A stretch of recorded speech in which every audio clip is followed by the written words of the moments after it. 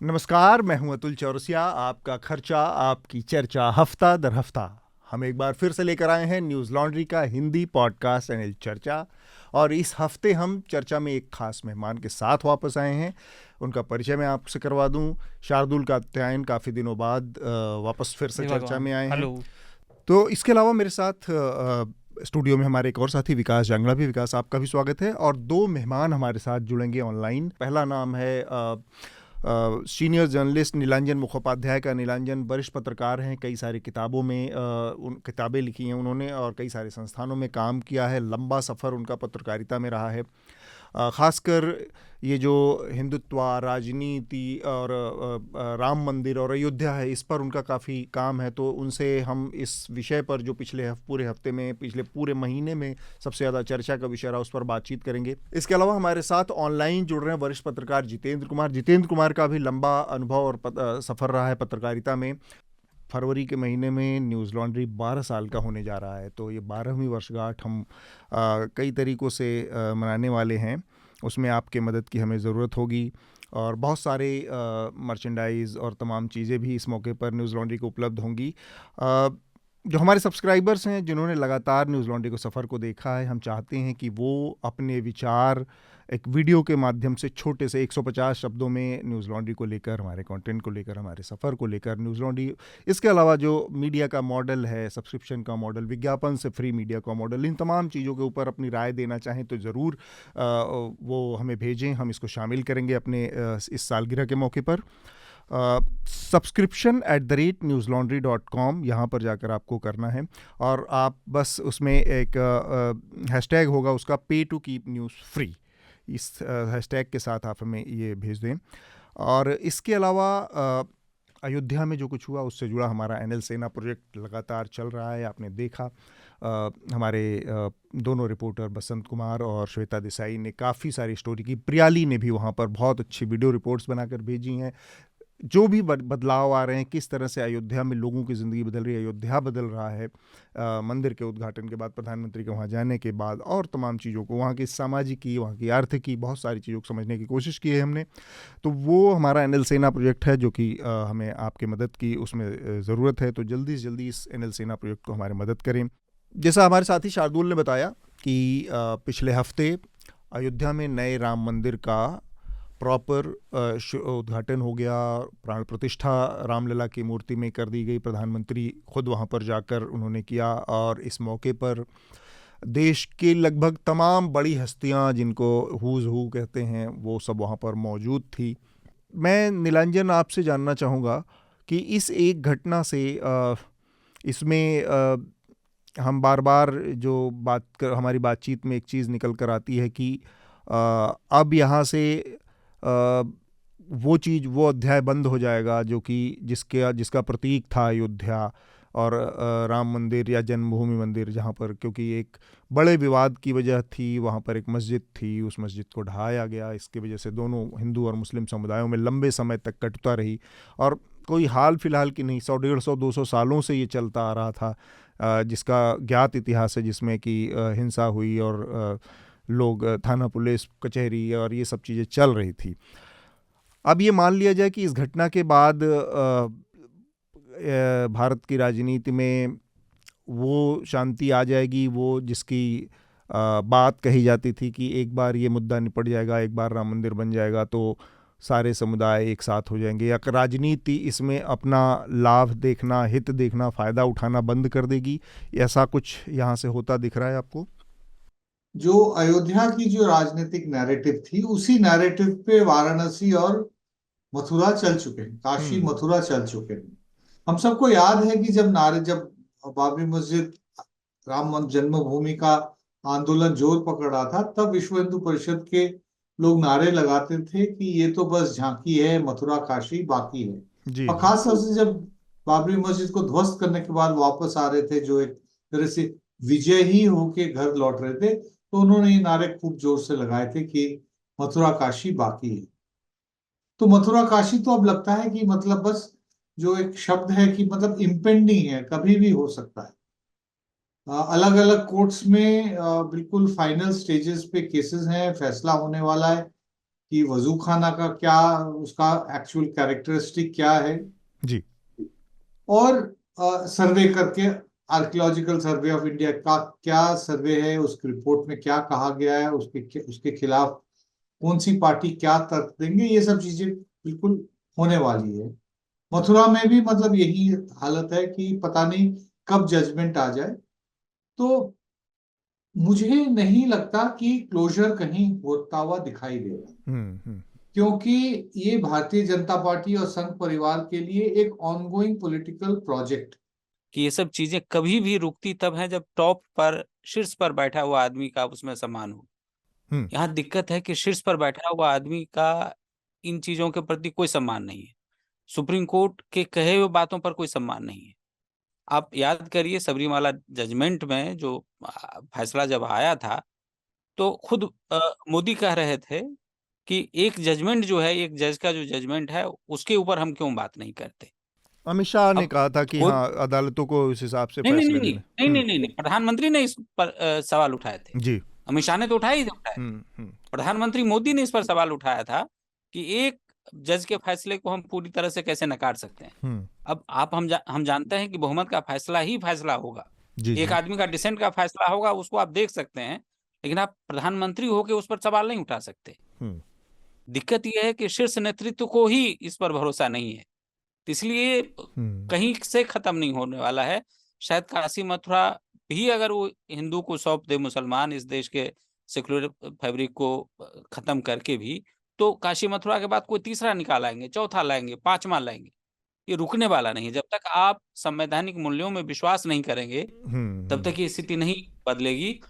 अपनी पब्लिक भावना से लोकल, चाहे वो आपके कॉन्स्टिट्यूएंट हों, आपके राज्य के लोग हों या आपके संगठन के लोग हों, उनके विचारों के खिलाफ अगर अदालत के स्टेटमेंट जाते हैं तो उसका विरोध करने वाले सब रहे हैं। जैसे यहाँ पर सबरीमला का जिक्र हुआ, जल्लीकट्टू के साथ भी ऐसा ही हुआ। वहाँ डीएमके वाले भी आ गए, जबकि वो तो मेरी नज़र में मूर्खतापूर्ण संस्कृति है, लेकिन बैलों से आप लड़ रहे हैं। ये बहुत सारी पुरानी चीज़ें विज्ञान की कसौटी पे खरी नहीं उतरती। लेकिन हमारे देश में सभी नेता इसी थाली के चट्टे बट्टे हैं। उनके अनुपात अलग हो सकते हैं, सुविधा से अपने हाँ, वो अपनी सुविधा से देखते हैं उस चीज़ को। आगे की राजनीति ऐसे ही चलेगी, उसका मुझे कोई शक नहीं है। बाकी उस फंक्शन के क्या मायने हैं, जैसे बहुत से लोग ये भी कह रहे हैं कि भारत की क्या, जैसे आपने भी थोड़ा सा जिक्र किया था शायद, अब जब हम बात कर रहे थे रिकॉर्डिंग से पहले, क्या संवैधानिक मूल्य खत्म हो गए? मुझे तो नहीं लगता। वो कोशिश कर रहे हैं। जैसे कि मैं आपको एग्जांपल देता हूँ दूसरे तरीके से, अगर कोई सिर्फ टीवी चैनलों से इसको समझने की कोशिश कर रहा हो तो उसे लगेगा पूरा भारत ही जैसे दिवाली मना रहा था, जबकि ऐसा नहीं है। लोगों ने अपनी इच्छा से या किसी और वजह से सेलिब्रेट किया, लेकिन ऐसा नहीं था कि पूरा देश ही जगमगा गया। लोग अपने जीवन में व्यस्त थे अधिकतर। इस बार जो पूरा प्रोग्राम था और पिछली बार का जो प्रोग्राम था 5 अगस्त 2020 का, जब भूमि पूजन हो रहा था, और अब में, तो उसमें 2 मेजर फ़र्क जो मुझे दिखे वो थे, टोन का बहुत फ़र्क था, नेचर का बहुत फ़र्क था पूरे प्रोग्राम के। टोन का से मेरा मतलब है कि तब बड़ा मतलब इसको ऑन किया जा रहा था कि हिंदू हैं, और इस तरीके से मतलब पूरा माहौल जो है गर्म किया जा रहा था। लेकिन इस बार जो है, चाहे भागवत जी का स्टेटमेंट हो, संघ प्रमुख का, एक मोदी जी का स्टेटमेंट, मैसेज था। हाँ, बड़ा इस बार ऐसा था कि सबको एक साथ लेना है बहुत प्यार से, जैसे वाकई असली जय श्री राम की जगह जय सिया राम भी हो गया, राम राम से और जय सिया राम तक पहुंच गए। तो एक तो वो चीज़ है कि अब वो चुनाव के लिए है, या उनको ऐसा लगता है कि जैसे इकोनॉमिक्स में एक सिद्धांत है डिमिनिशिंग मार्जिनल यूटिलिटी का, तो हो सकता है वैसा ना हो गया हो जय श्री राम जय श्री राम के साथ, कि उस नारे के साथ में कहते काट की आंधी बार बार नहीं चलती। नहीं, काट की हांडी बार बार नहीं चलती, वो तो मथुरा काशी पे लागू होगा, वो अलग बात है, होगा कि नहीं होगा। लेकिन इसके साथ कि जय श्री राम के नारे और इस पूरे कॉन्सेप्ट के साथ मुझे लग रहा है कि वैसा कुछ हो रहा है। डिविडेंड खत्म होता जा रहा है, तो वापस जैसे अब बन गया, पब्लिक कहेगी बस अब आगे बढ़ो। बिहार के पूर्व मुख्यमंत्री कर्पूरी ठाकुर के ऊपर हम बात करने वाले हैं। उनको नरेंद्र मोदी की सरकार ने भारत रत्न देने की घोषणा की है। जब आप कर्पूरी ठाकुर को पढ़ते हैं या जानने की कोशिश करते हैं, तो एक चीज़ जो मुझे बहुत स्ट्राइक करती है कि वो आदमी भयानक रूप से एम्पैथी से भरा हुआ है, हर मौके पर, मतलब 2-3 घटनाएं मेरी नज़र में आई जो मैंने पढ़ी इधर बीच। मुझे लगता है कि इतना सब कुछ होने के बाद भी आपके अंदर अगर किसी चीज़ को लेकर हेट या घृणा नहीं है, कैसे वो 2-3 घटनाएं, उनके मुख्यमंत्री बनने के बाद उनके गांव का जो सामंत था, जो जमींदार था, उसने उनके पिताजी के साथ बदतमीजी की, और मुख्यमंत्री रहते हुए वो चाहते तो कुछ भी कर सकते थे। जब्ती से लेकर आज छोटी छोटी चीज़ों पर बुलडोज़र चलते हैं। एक मुख्यमंत्री के पिताजी के साथ बदतमीजी करने वाले के साथ क्या ही हो सकता था। लेकिन वहाँ पर जाकर और उस व्यक्ति ने कहा, और वो लड़ाई इस बात की थी कि शायद उनके पिताजी ज़माने से, पीढ़ियों से उनका घर, उनकी जो किनाई थे तो बाल बनाते थे उसका, उस ज़मींदार के घर का, वो नहीं पहुँच पाए थे बनाने के लिए या नहीं कर पाए थे। तो वो पहुँचे वहाँ पर जब, और उन्होंने कहा कि उनकी स्थिति नहीं है पिताजी की, या उनकी उम्र हो गई है, मैं बना देता हूँ। कि सामाजिक न्याय की पार्टियों के साथ दिक्कत ये है कि वो अपने नायक को कभी रिस्पेक्ट नहीं करना समझ पाई। आप अंदाजा लगाइए कि इसी 35-33 वर्षों से बिहार में कर्पूरी ठाकुर के दोनों शिष्य, जी जी, लालू यादव और दूसरे नीतीश कुमार, ये दोनों शिष्य सत्ता में हैं, और कर्पूरी ठाकुर के नाम से एक किताब नहीं है कर्पूरी ठाकुर के ऊपर, एक बढ़िया शोध पत्र नहीं है, एक रिसर्च इंस्टीट्यूट नहीं खुला है, एक आध प्रतिमा लगी है। अब मैं कह रहा यूनिवर्सिटी का ही नाम हो जाता पटना यूनिवर्सिटी, पटना मतलब शहर की यूनिवर्सिटी है। कुछ नहीं। कर्पूरी ठाकुर पहले या शायद अंतिम राजनेता थे, पहले तो नहीं कहूंगा, शायद अंतिम राजनेता थे जो एन सिन्हा इंस्टीट्यूट जाके हर शनिवार को बैठते थे और वहां पर जो शोध हो रहा है पूछते थे उनके डायरेक्टर से, वहां के प्रोफेसर और शोध करने वाले मतलब फैकल्टी से, कि नए विषय पर किस बात पर आजकल क्या चर्चा हो रही है। हालांकि उनकी पढ़ाई ऑफिशियली +2 थी, ग्रेजुएशन उन्होंने 42 के आंदोलन के दौरान उनका छूट गया था, ग्रेजुएशन नहीं कर पाए थे, लेकिन वो पढ़ाई का महत्व समझते थे, शोध का मतलब समझते थे। तो कर्पूरी ठाकुर को जानने के लिए और समझने के लिए अब अंदाजा लगाइए कि जब परसों उनके ऊपर उनको भारत रत्न देने की घोषणा हुई तो कोई चीज उपलब्ध ही नहीं था उनके बारे में। और मुझे कई फोन आए, क्योंकि कुछ लोगों को पता चल गया है कि मैं उनके ऊपर किताब कर रहा हूँ, तो जो जान पहचान के थे लोग वही फोन कर रहे थे, मुझे भी पता चल गया उनके बारे में कुछ बताओ कि क्या है। हाँ कि अच्छा, एक तो किसी भले आदमी को मैं जान रहा हूँ जिनका फोन आया था, बोले कि तुम्हारे मुंह से ही पहली बार उनका नाम सुना था और आज देखो भारत रत्न मिल गया है। वो क्या चीज था यार।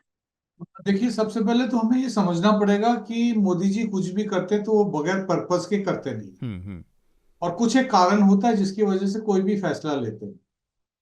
मैं सुन रहा था कि काफी, मतलब हम लोग कह रहे थे कि जितेंद्र जी भी बोल रहे थे कि ये लोग सरकार में रहे लेकिन सरकार की तरफ से इन्होंने कोई पहल नहीं की कि उनको भारत रत्न दिया जाना चाहिए।